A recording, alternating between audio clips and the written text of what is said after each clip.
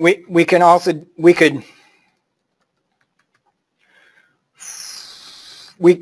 do the first 4 phenotypes all at once by having the phenotype call be pheno.call argument be a vector instead of just a single number or a single phenotype name. This 1:4 gives me the vectors 1, 2, 3, 4. So that'll do a genome scan for those first 4 phenotypes. And they're all kind of bundled together. There's a useful function called head. If I take head of a data frame, it'll give me the first few lines. So head of this output. So what it gives me the chromosome position and then the LOD scores for these first 4 phenotypes. And then the 1,265 or whatever positions across the genome. If I want to, so there are a number of extra tricks to make use of those 4 phenotype columns. Everything, I mean, if I just say plot that object, it just plots the first one. It doesn't plot any other ones. But there's an argument to the plot function, LOD column, that takes up to 3 numbers to give me a plot of 3 phenotypes overlaid. If I want to show the 4th one as well, I could say use LOD column equals 4 and this add equals true. And I should give it a color to distinguish it.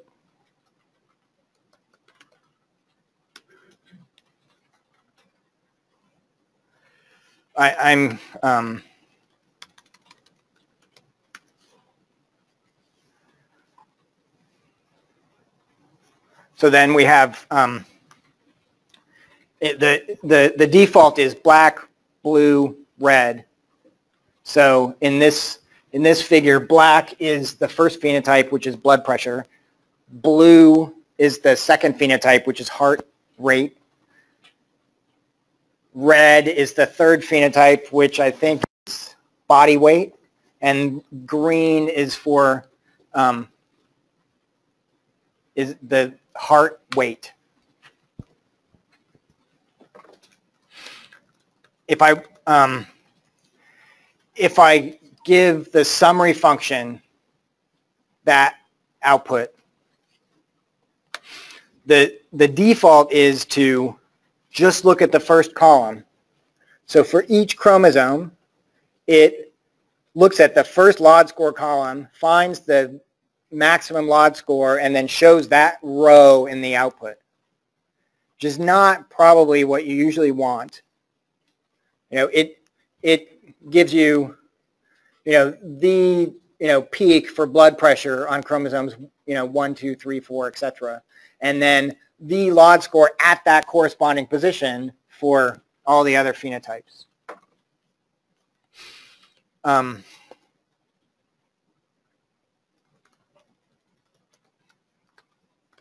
There are a bunch of other arguments to this. One of which is called format, which you can, there are a bunch of options for what format the output you want to do that are useful really in this case that you want, that you want to look at the, the multiple phenotypes. Tab by chromosome will give, for each chromosome, it'll break it up for each chromosome, it'll give you the maximum LOD score on that chromosome for each of the 4 traits. So on chromosome 1, it gives you the location and maximum LOD score for each of the 4 traits. It also gives you confidence intervals for that QTL for each of the 4 traits. Yeah. How does confidence intervals are calculated? the default here is to use a 1.5 LOD support interval.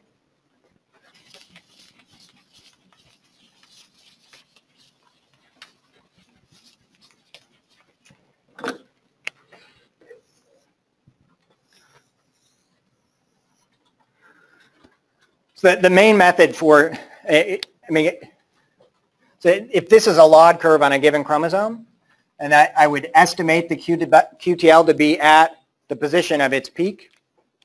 The main method for forming a confidence interval for the location of the QTL is to use what's called a LOD support interval, which is to drop down some amount and then look at the interval in which the LOD score is within that amount of the peak. And call that my confidence interval for the QTL. If it dips up and down, my approach is to take the wider interval.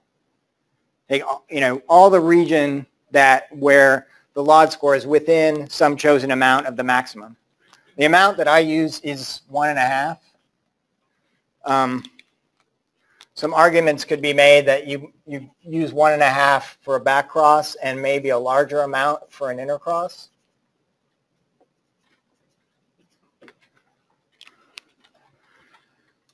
My main argument for use 1.5 is that 1 is too small and 2 is too big. But I mean, in practice, I use this just as a guide in a publication. And if I wanted to actually clone this gene, I would largely ignore this thing and just start with the whole chromosome or maybe a half a chromosome. This doesn't behave as a true confidence interval, and there is no good way of getting a true confidence interval. And if you're trying to clone a gene, you're about to embark on, say, 5 years' work to clone a gene, 5% error rate is way too high. You really want a 1 in 1,000 error rate probably. So you just take the whole chromosome or half a chromosome or something. So there have been a number of sort of published methods to get a more accurate LOD confidence interval. Mm-hmm. Sort of recently, you haven't chosen to use those either. I agree with what you said. Yeah, I mean, I've not seen a method that another approach is there is another approach called a Bayes interval, which treats this sort of like this is not a real likelihood, this thing, but you can treat it kind of like a likelihood. And then if you assume kind of a uniform prior distribution for where the QTL might sit, you basically take 10 to the LOD and rescale so it integrates to 1, and then find the region that covers 95% of the probability. That thing it behaves better than this in a lot of ways, and probably is the better thing to do, that interval. I maybe haven't read all papers on this topic, but there's been a whole bunch written that really I don't find very helpful. And quite a while back there was discussion of using a bootstrap for this, and it turns out that does not work well in this context at all. It may work better in the case of really dense markers, but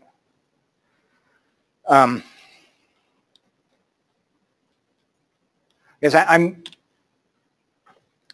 don't trust these intervals too closely. Use them as a general guide, and if you're going to use them that way, then I think don't put a huge amount of effort into it. That's my approach. But if it's your gene, you should care more than I do.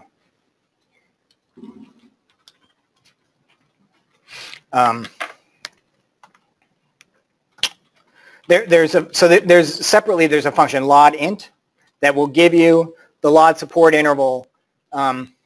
It will take one of these. It'll take the output of scan 1. And the main argument would be what chromosome you're looking at, say chromosome 7.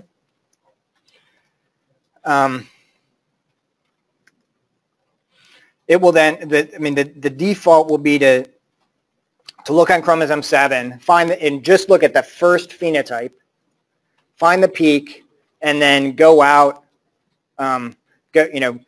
go out so that the log score drops by 1.5. And it'll show you that interval there. And just because I'm a lazy programmer, I just spit out those 3 rows, basically, from the data set. So it'll show you the log score at those 3 positions for the other traits, even though they really are not of any interest at all. In this case, you just care about the first one. If I wanted chromosome 2 for the second log score column for heart rate, then I give it, it takes a log column argument 2 that's just an integer number of which log score column to look at. So it'll say, look at chromosome 2, the second log column, this is heart rate. It'll find the peak and then go outward to, drop so that it drops down 1.5. Note that I'm dropping down 1.5, not up 1.5. If you were to look at the region of the chromosome where the log curve is above 1.5, that doesn't tell you about the precision of this. And a good way to think about it is that if you have kind of a small log curve, then there won't be much of the chromosome above 1.5. So you'll have a really big interval. Whereas if you have a huge whopping log curve, most of the chromosome would be above 1.5. But that's not telling you about precision. The precision is just in how close you are. Yeah? You said that 1 and 1.5 is the default. Does that mean you can change it based on what you want to do? Yes, you can choose. If you want a different number, you can do it. I think it's called drop. So if you want the drop down 2, you just say drop equals 2. There's another function, Bayes int.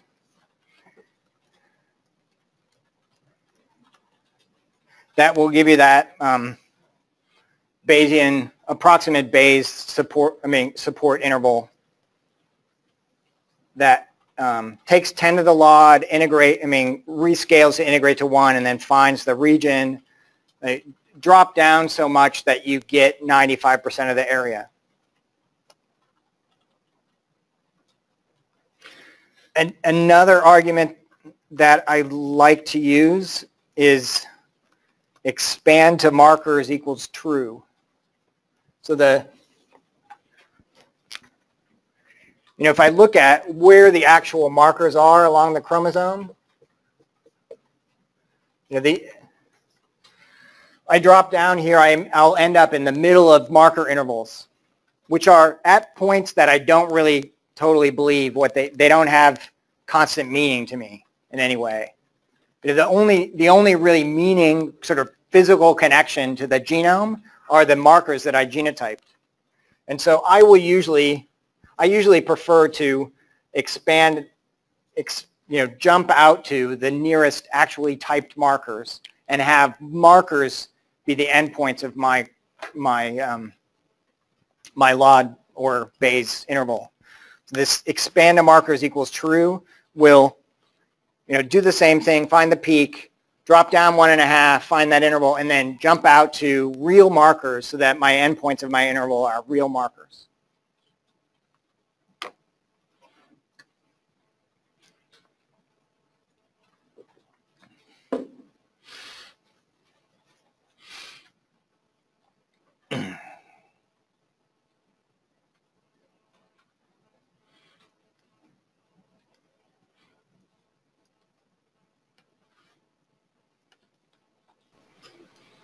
Yeah. How do you claim 2 QTL on one chromosome? What kind of criteria do you base on?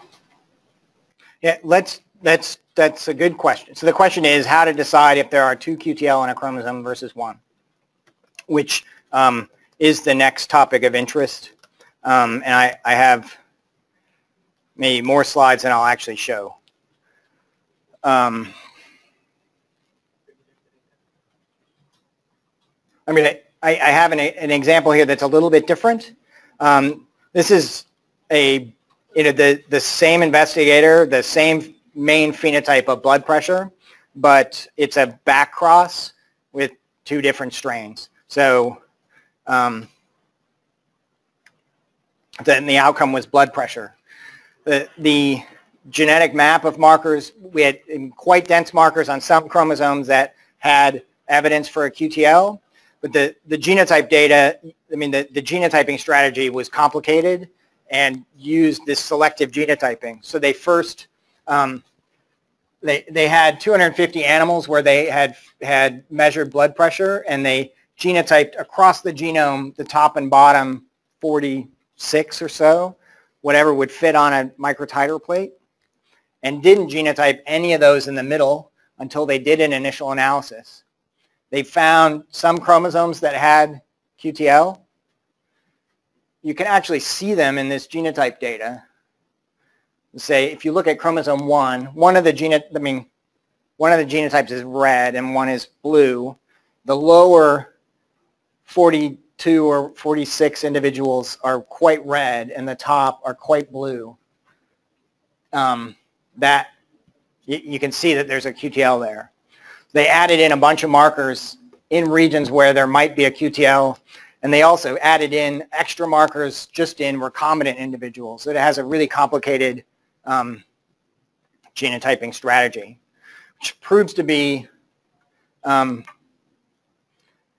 of a mess to analyze in a way. Or, I mean, it requires, I mean, well, it's one of my favorite examples because it has some pretty good QTL. You know, in this cross, if you do a genome scan, there's a very clear double bump peak on chromosome 1 and a locus on chromosome 4 that's really strong.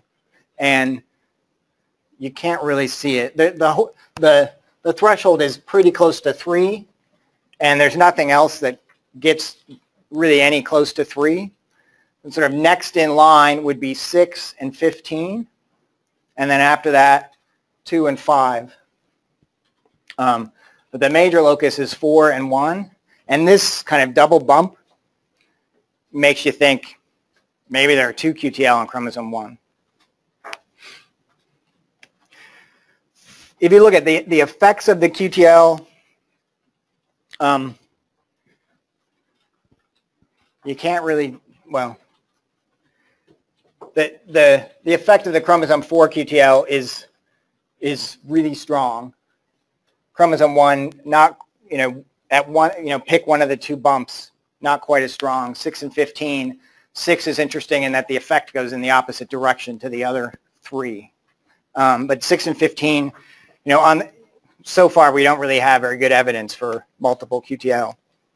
But in this case, particularly where we have this whopping effect locus on chromosome 4, you think, you know, I should take account of that. If I take, I mean, when I do the analysis of every other chromosome, ignoring chromosome 4, the effect of chromosome 4 is in the residual variation. And if I took account of the chromosome 4 locus, I might be able to improve power to detect other QTL. And that's one of the main reasons that you want to go after multiple QTL. The second main reason is to look for linked QTL, especially this locus on chromosome 1, or this double bumped LOD curve on chromosome 1. You'd think it looks like there might be 2 QTL. There's actually been some work in exploring the shape of these LOD curves to try to decide, you know, if there were 1 QTL, what would be the chance I would get a double bumped curve like this? And is it sufficiently bumpy that I could infer that there must be at least 2 QTL there? I call this the phrenology of Lod curves. You feel the bumps. I have kind of a weird ridge on the top of my head. You feel the bumps in order to try to figure out what's going on underneath. You know, and it has just as much value as phrenology, really. If you want to know, are there 2 QTL in a chromosome versus 1, rather than study the bumpiness, you should just fit a 2 QTL model and ask, is it better than a 1 QTL model? And the last question is really, are there interactions among QTL? I mean, partly we're interested in, you know, are the QTL that we've observed, do they interact? But I think even more interesting is if we allow for possible interactions, are there QTL that we would see that we didn't see when we just looked one locus at a time? The main, I mean, kind of the first step towards looking at multiple QTL models is to look at 2 QTL models. So, I mean, often the first thing that one might do after doing a genome scan is to look at all possible 2 QTL models. And in this case, then, I fit, I'm gonna scan the genome pairwise. Look at all pairs of locations in the genome. For each pair of locations, I'm going to fit a 2 QTL model where the QTL are allowed to interact, and a 2 QTL model where the 2 QTL are strictly additive. And I'm also going to want to consider the single QTL model and then the null model. And I'll get a likelihood for each of those models at each pair of positions.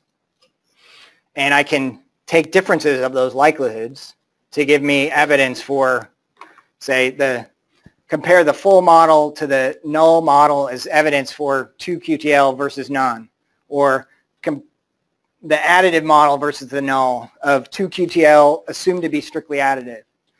Or if I compare the full model to the additive model, it's sort of an evidence for the 2 QTL if they're there interacting.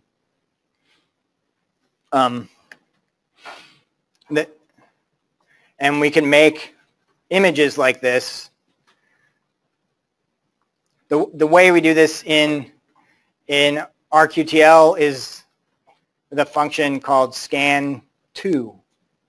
It looks just like scan1, but it fits exhaustively all 2 QTL models. And it also is a huge memory hog and can take a really long time. To save time, we're going to just download the results from the web.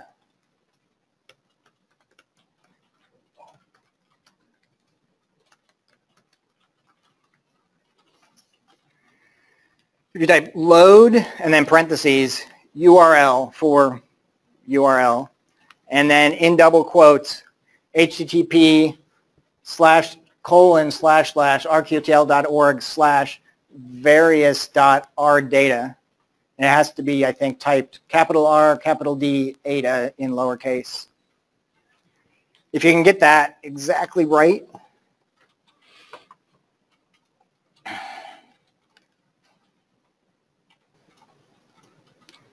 Karl, yeah. Sounds like we won't be doing this. Is there a different permutation that would be needed for the scan too?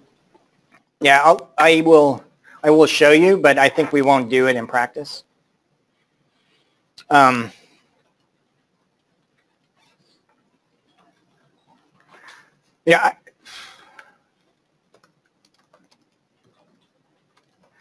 You use scan2 the same way you use scan1.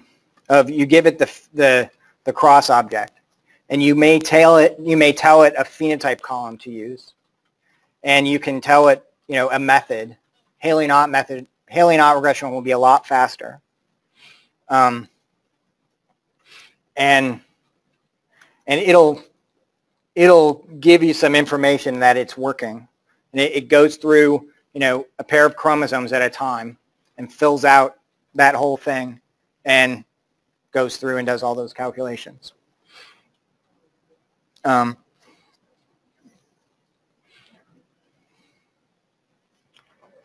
but you know, I'm impatient, and so I mean, I did the calculations before. If you can type exactly that, it'll save it.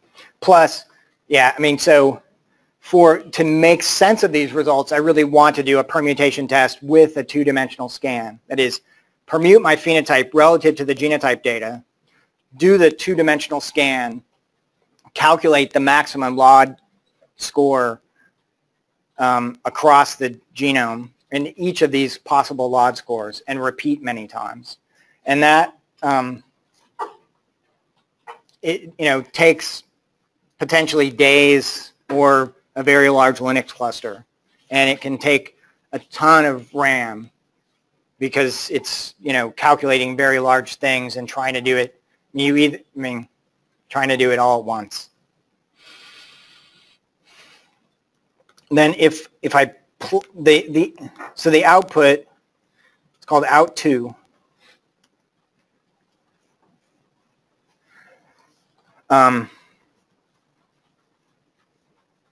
If I type plot out2, it will eventually show up. And the default is to show in the lower triangle, it shows a LOD score that's comparing, that I call LOD F for full. So it's comparing the full model versus the null. And in the upper triangle, it shows what I call LOD I for comparing the full model versus the additive model. And then on this color scale, on the right-hand side is a color scale corresponding to the lower triangle. And on the left-hand side is the scale corresponding to the upper triangle. You notice, I mean, for these data, we had a big QTL on chromosomes 7 and 15. So if you look at this full LOD score, compare the full model to the null. Basically, 7 plus anything else is going to look much better than the null, or 15 and anything else is going to look much better for the null, and that leads to these tails in this two-dimensional scan result. That 7 and anything looks way better than nothing.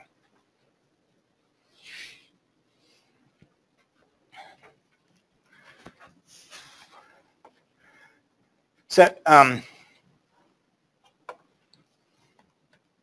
but the way that I do the calculation is the same way as I use scan 1, just wait a bit longer and have a computer with a bit more RAM. But I just, where I wrote scan 1, I write scan 2. So that a main problem is that we get these long tails wherever we have a big QTL effect. The way that we deal with that is to think about each pair of chromosomes at a time and maximize each of these LOD scores over that region. And then compare, and the key things I focus on really, what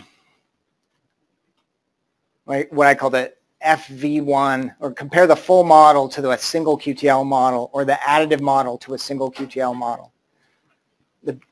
Basically what I do, I have this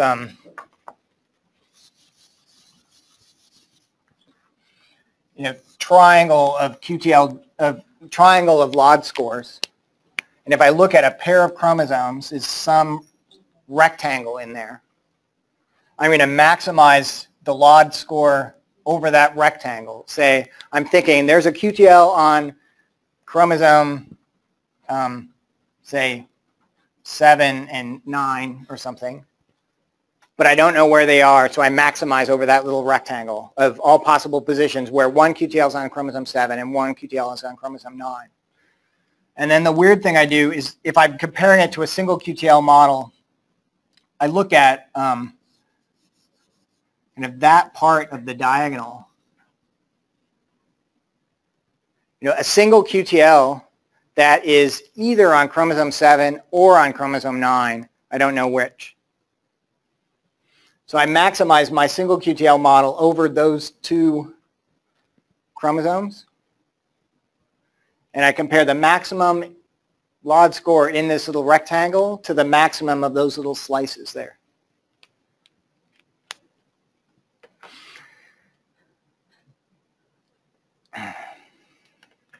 Or